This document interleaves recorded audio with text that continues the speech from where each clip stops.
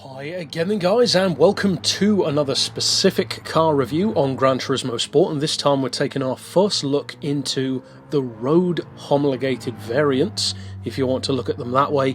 Certainly the road cars at the very least, in particular of both the Group B and the Group 3, at least so far, race cars. Now these are specialised vehicles, you can't buy them in the dealership, you can pick them up only in the mileage exchange.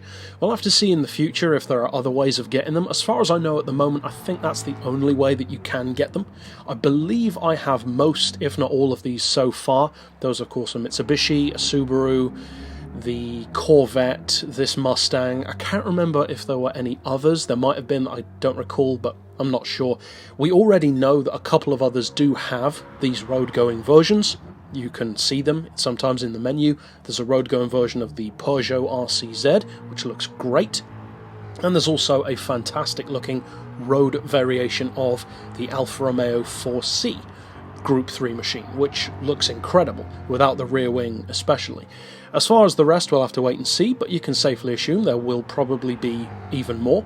I'm personally very interested to see if there will be any road-going variants of the Group 1 cars.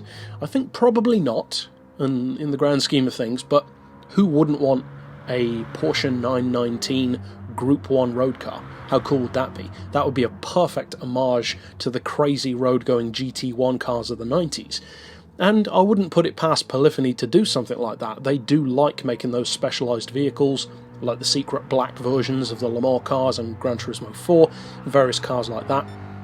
Plus, a lot of the Group 3 cars in the game are fictional anyway, and this is one of them. The Group 3 Racing Mustang is already a fictional car, so in road form, how does it compare? Because we've already discussed the racing one, its advantages and disadvantages.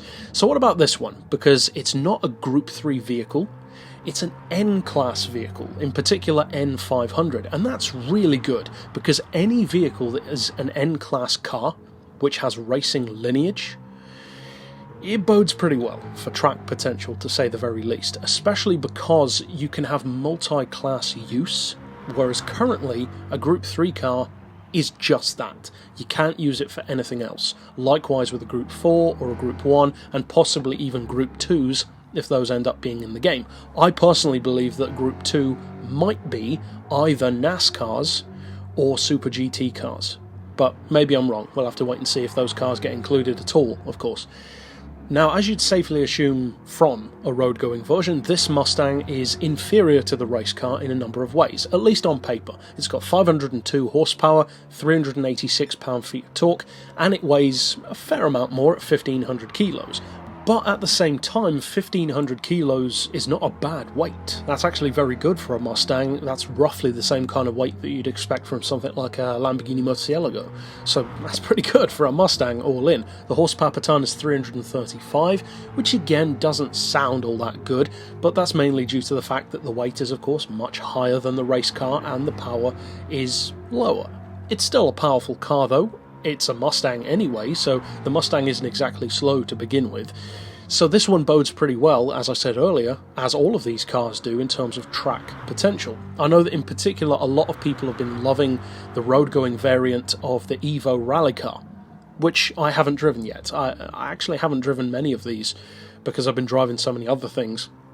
But I have to say, having driven this one, it was a fun car. It certainly looks the part, it's a great looking machine, and anyone who knows the kind of cars that I like knows that something like this will immediately appeal to me, because I'm a huge fan of homologated cars, not just the GT1s of the 90s, but also the Sierra RS500 from Ford, the Mercedes 190e, and the BMW E30 M3, which were homologated touring cars, and also of course the homologated Group B machines of the real world, like the Delta, what other ones were there, the RS200, the Delta Stradale as well, the S4 variant, the 205 T16, the Renault 5 Turbo. There are tons of those awesome road homologated versions, so to have these modern incarnations of that is very cool. Of course it is. Plus it's the definition of a race car for the road. The fact that it's not real is unfortunate, but at least we get to use it in the game. So if you get the chance to buy this one with some of your hard-earned mileage points, the question is, should you? because I highly doubt that these cars will only be available once.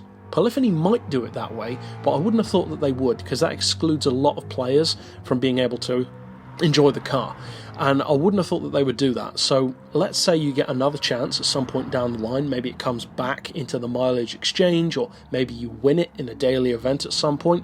I don't think you can at the moment, but who knows what they might change with DLC. Or even they might add an auction house. Personally, I really hope that they do Gran Turismo 5 style, so that we can actually get rid of some of the duplicate race cars, because I've got quite a number of duplicates that I just don't want or need. But with all of that aside, how does this one perform against not just other road homologated cars like it, but also against, say, a normal Mustang in the N500 class, or other cars of a similar caliber in general? Well, I haven't raced it against them, but I can say that it's got strong potential. Very, very strong potential. Now, the main thing to focus on when tuning this car is to drop the weight, because it's already got enough power to get the job done. You can increase it if you want to, of course, but it's not essential. Getting that weight lower, though, can really help you.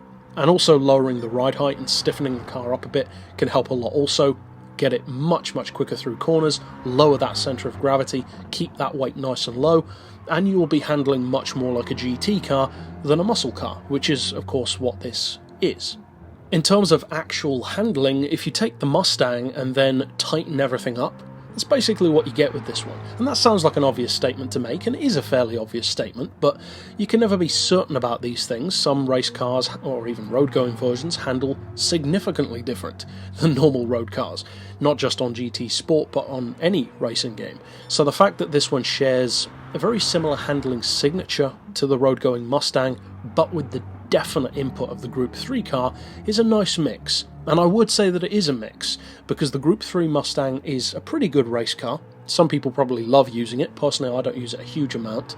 The road-going Mustang is capable of putting out a lot of power, and it's very quick in a straight line, just like the Camaro, but around corners, I mentioned in that rivals match between the Mustang and the Camaro, that the Mustang just felt too playful, especially in peak power form. It felt like it didn't want to get a good lap time, it just wanted to slide around and have fun, which is great from that point of view, but when you're racing it, that can be more of an issue.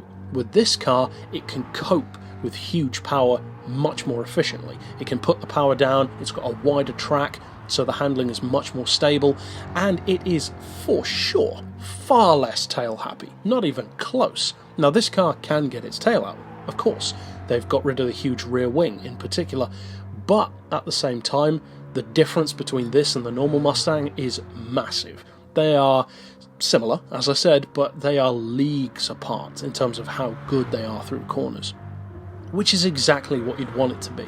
So overall, if you do get the chance to pick up this one, and also by extension the others, but we'll discuss the others in other episodes, then yeah, I'd recommend doing so. It's a looker, and it can back up its looks with great performance. But overall, that's it for this particular pick. I'll see you guys next time, and as always, thanks for watching.